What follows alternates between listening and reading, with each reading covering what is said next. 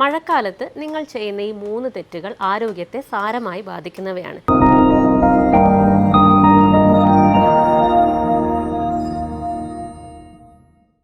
അത് ഏതൊക്കെയാണെന്നല്ലേ?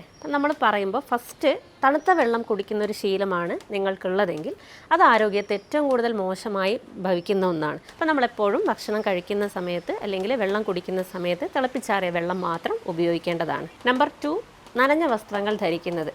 ചർമ്മ സംബന്ധമായിട്ടുള്ള ബുദ്ധിമുട്ടുകൾ ഏറെ വരാൻ സാധ്യത ഉണ്ടാക്കുന്നതും അതുപോലെ ജലദോഷം, ഫംഗൽ ഇൻഫെക്ഷൻ തുടങ്ങിയവ ഉണ്ടാക്കുന്നതിനും ഏറെ കാരണമാകുന്ന ഒന്നാണ് നനഞ്ഞ വസ്ത്രങ്ങൾ ധരിക്കുക എന്നുള്ളത്.